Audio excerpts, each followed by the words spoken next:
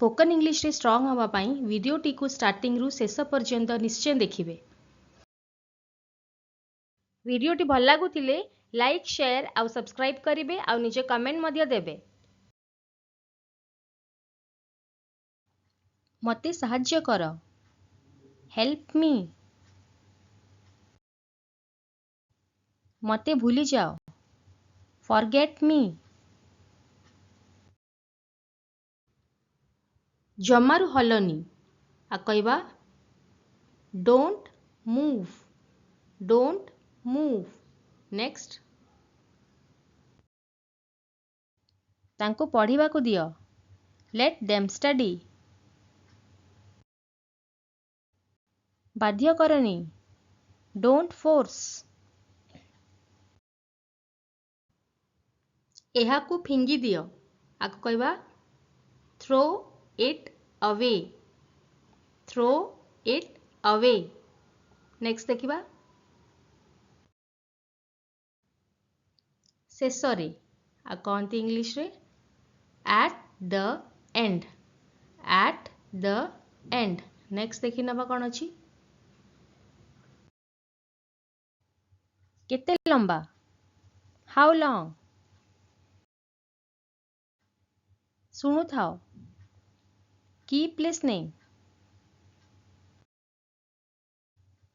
मते समर्थन कर, सपोर्ट मी।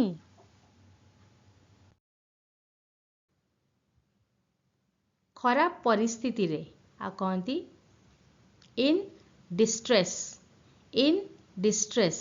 मन करंतु कहार परिस्थिति बहुत खराब अच्छी तो आम कहवा she is in distress. Next देखिबा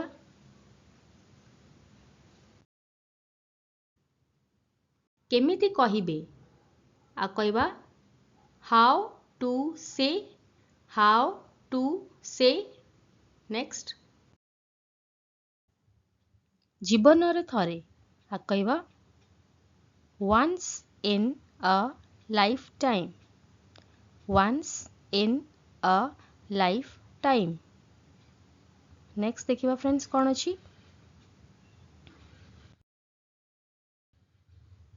घरु दूर रे आ कहवा away from home, away from home. Next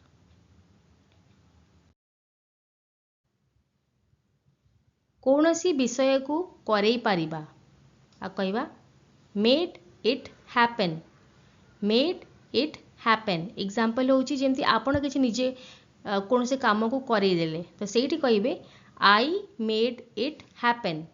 next देखिबा छात्र छात्री माने अपेक्षा करिसेंती, स्टूडेंट्स आर वेटिंग।